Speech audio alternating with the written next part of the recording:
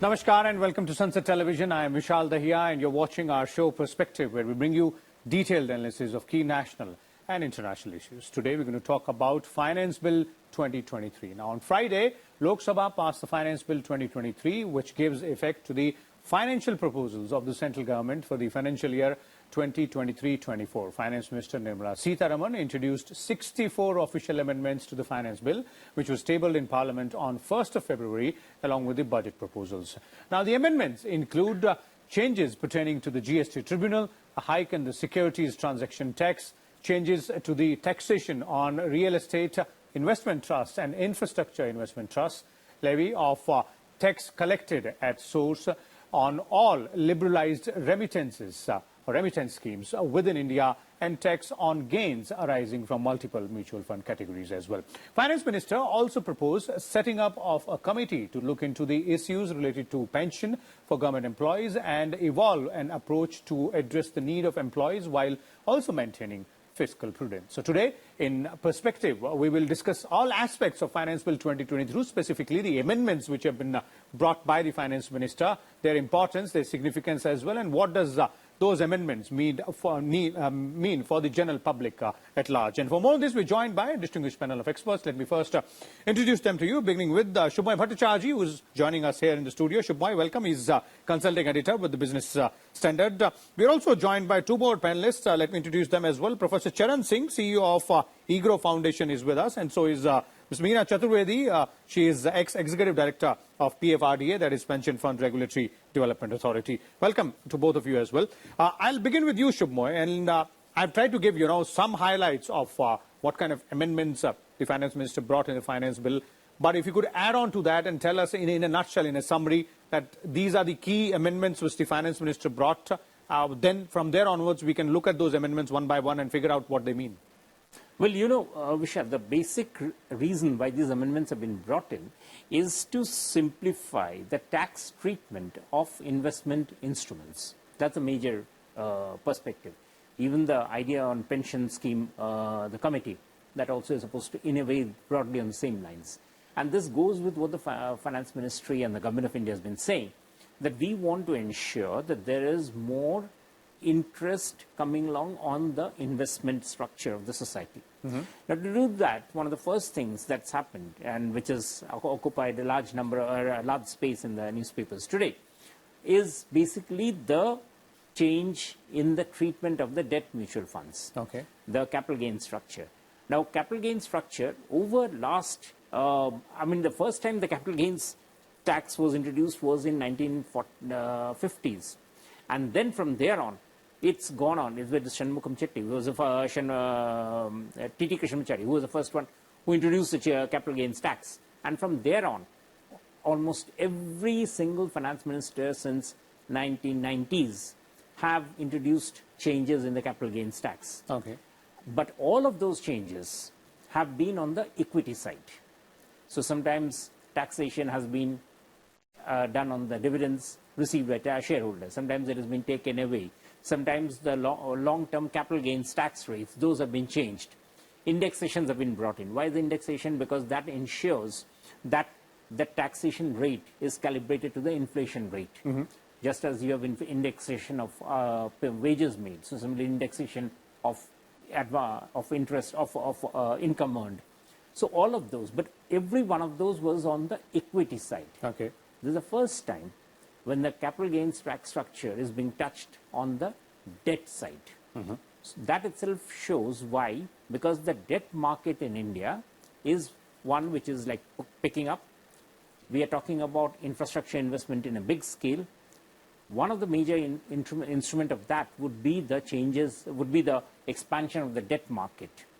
Mutual funds would be getting interested. So right at the beginning, the Finance Ministry is saying, look, I want to ensure that debt market mutual funds invest in debt instruments on the basis of the attractiveness of the paper, not on the basis of the tax arbitrage, because that doesn't create a very good resource flow.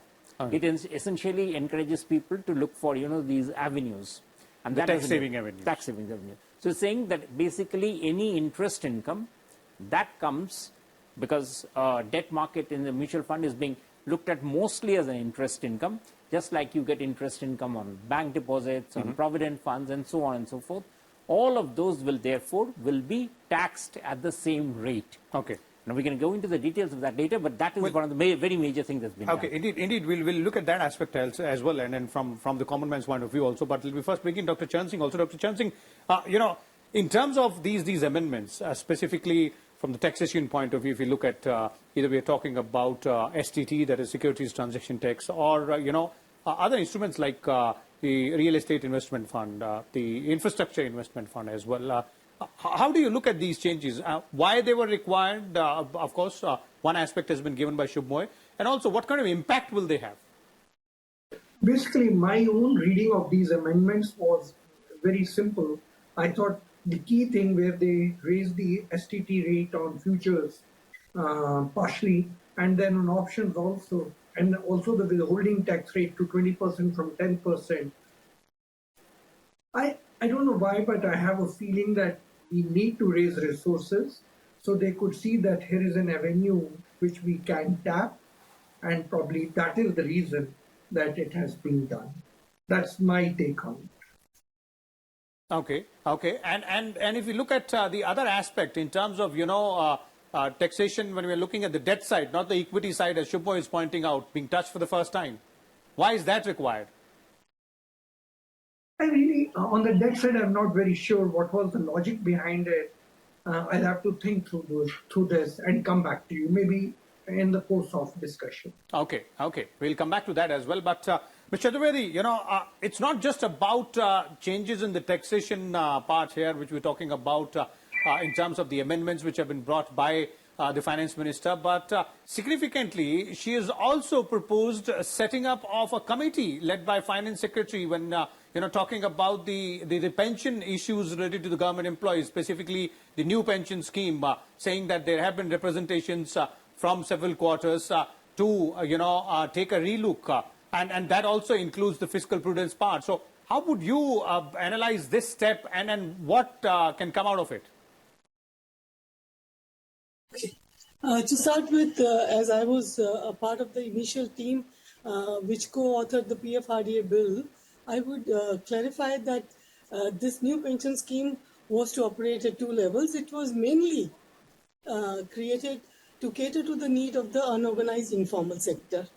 Around 2003-04, when this bill was introduced and passed in the parliament, 93% of the labor force was from the informal sector without any kind of contractual employer related contracts.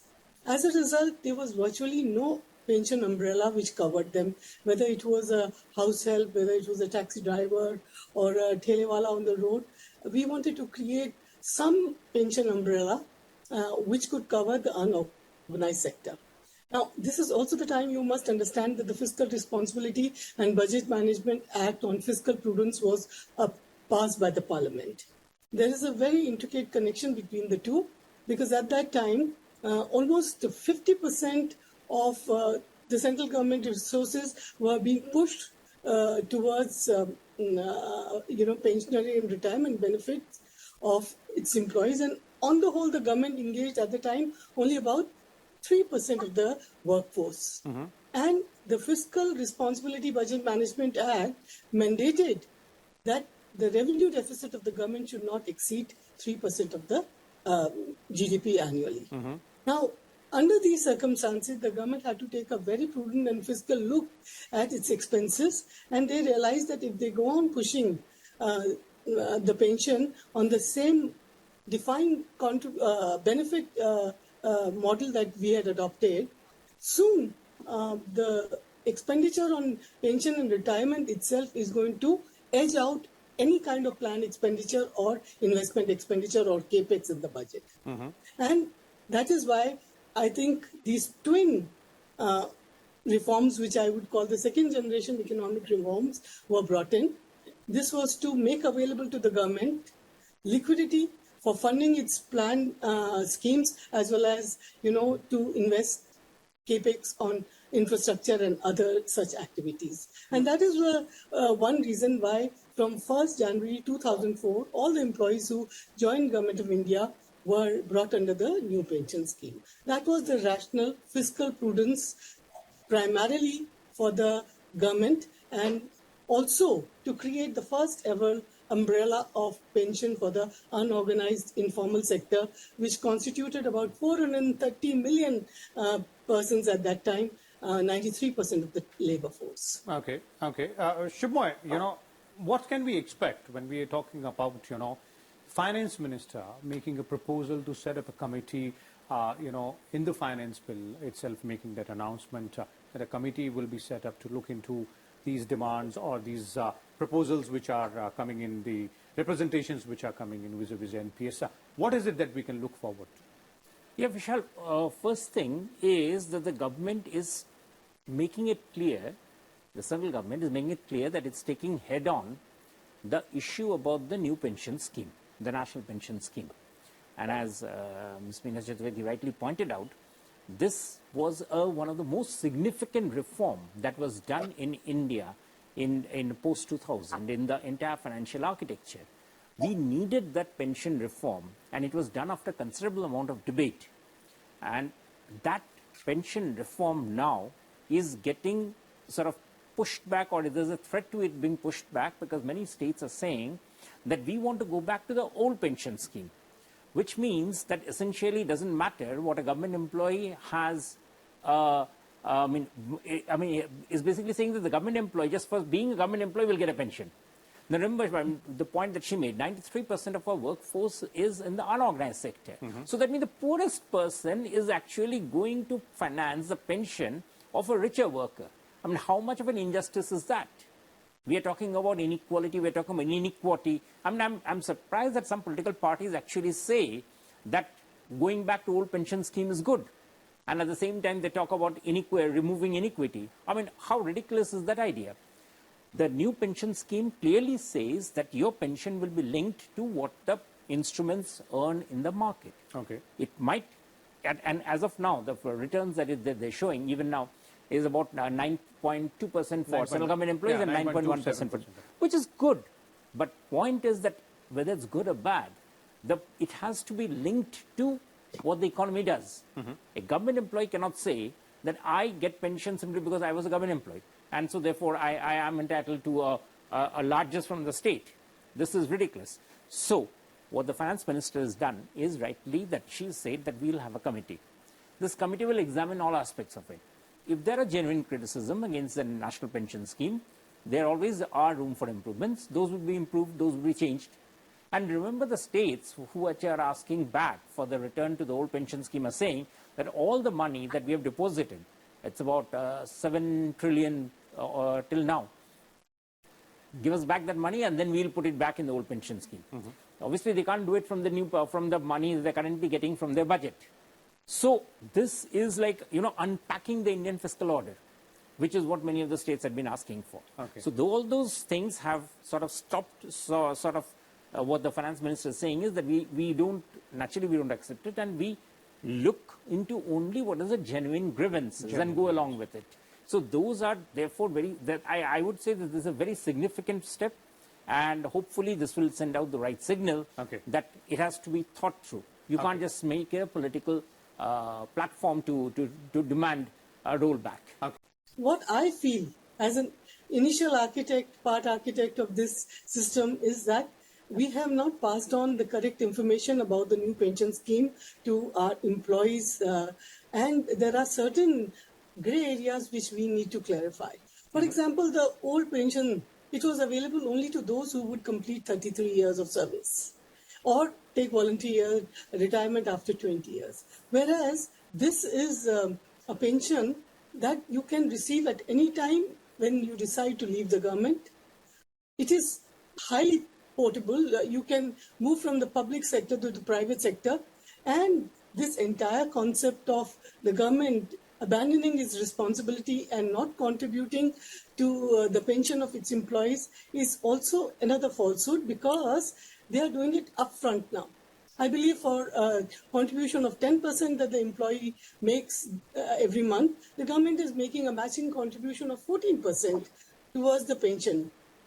The flexibility that the employee has to multiply it if I start very early, if 22 years is the average age when a government servant joins, the power of compounding, the power of choosing the instrument of investment, going into equity when I am young, over a period of 30 years, I can say that the possibilities are that the pension that you received at the end of this scheme may be higher than 50% of what you are getting under the old pension scheme. Okay. So there are a lot of gray areas. There are a lot of myths about the new pension scheme that should be clarified, and we should put them across very transparently and educate our employees and not allow this very fiscally prudent issue to become an emotive issue. Okay.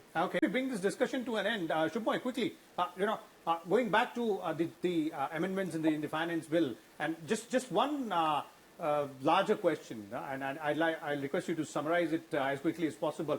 What do those amendments mean for common people like you and me, or somebody who's watching the show, in terms of the changes in the taxation part there? Well, it's consistent. That's the most important part. The problem with many of the amendments to finance bill that are often brought, and Ms. Mina Chaturvedi has been there in finance ministry, so she'll bear with me on this point, that often the finance ministers have had to roll back policies. This time there's no rollback, and this is something that's been happening consistently over the last few years, which is good, because what it does is it provides consistency in the way taxes are applied. And by making a clear definition of where interest income is, where other tax arbitrages are, like remember in the finance bill itself, the high value insurance schemes have been brought under tax net.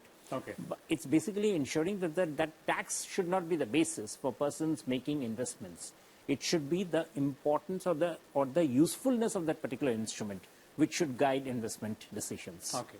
So there it is. Consistency is the key part out there. Thank you, Subhmay. Dr. Charan Singh as well for sharing your views, and Ms. Mina Chaturvedi also. Thank you, ma'am, for sharing your insights and valuable inputs there. As our experts are pointing out, various aspects of the amendments which have been brought by the finance minister in the finance bill, and also that proposal to set up a committee on the issue of pension of government employees. We'll keep a close watch on all these issues and come back to you next week again with different topics. Till then, keep watching Sunset.